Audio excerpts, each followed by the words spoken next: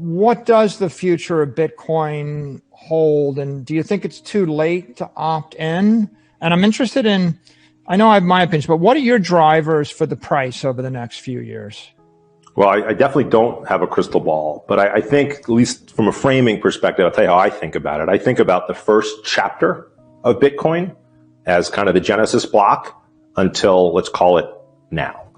And that's been all about Bitcoin, the asset, which is really the theme of this conference. And what's driving right now, accelerating institutional adoption, is the view of Bitcoin being de-risked, right? And I think that's why you're just going to see a wall of money.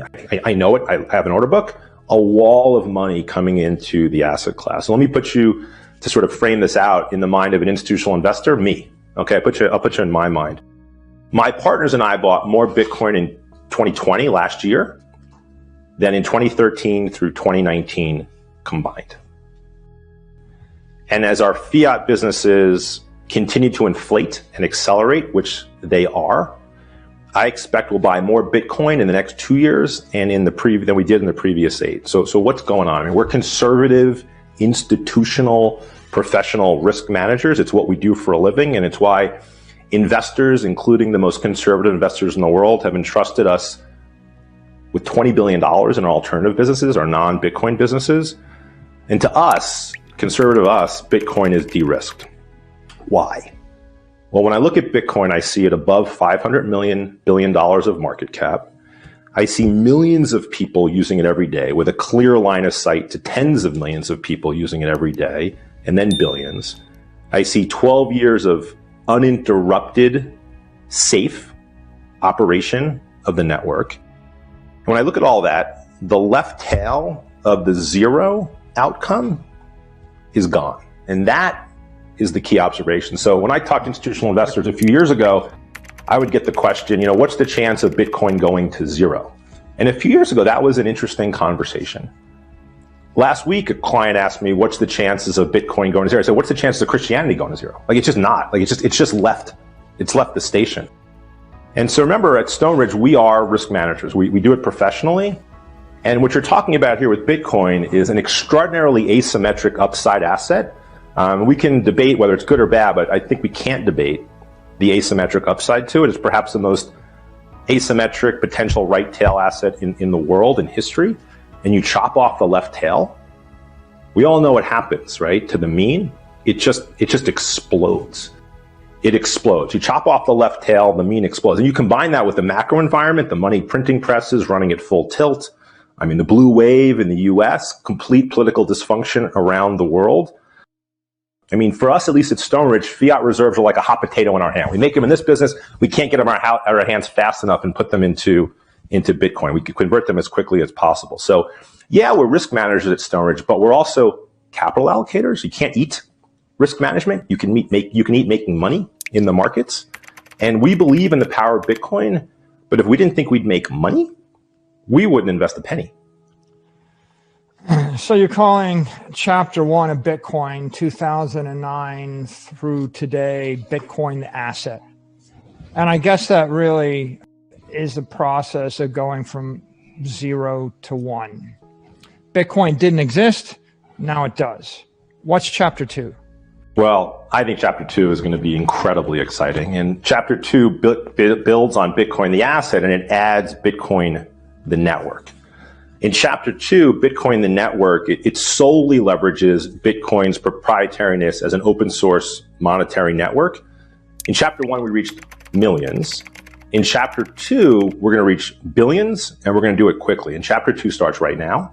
So I'll give you a flavor of chapter 2. Say I want to send $1,000, I'm sitting in New York right now, to a friend in Milan, Italy.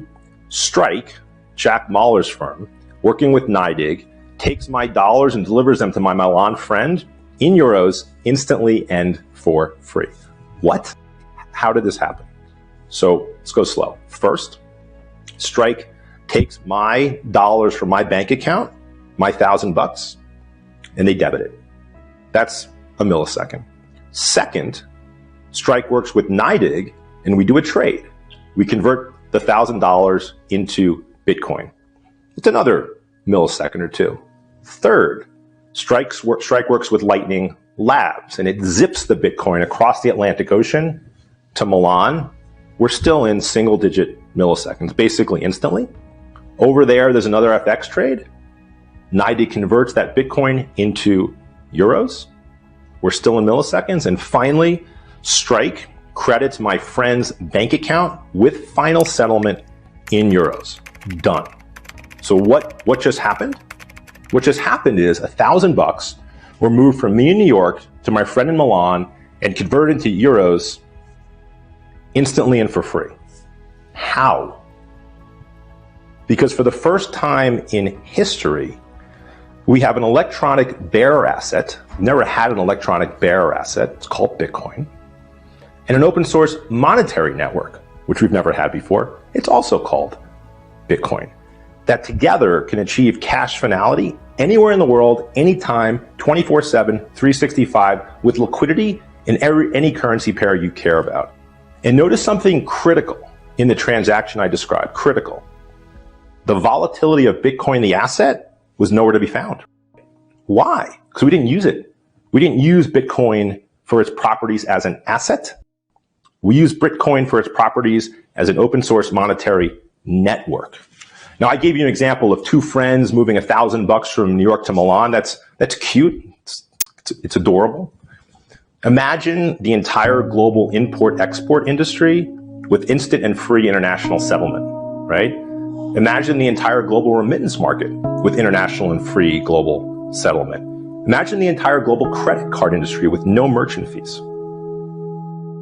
I mean, use the open source networks of Bitcoin and the open source networks of Lightning. And Bitcoin, the network, will change the way we all interact and connect. This part, chapter 2 of Bitcoin, this part has nothing to do with monetary policy. This point has nothing to do with central bankers, with dollar depreciation, zero.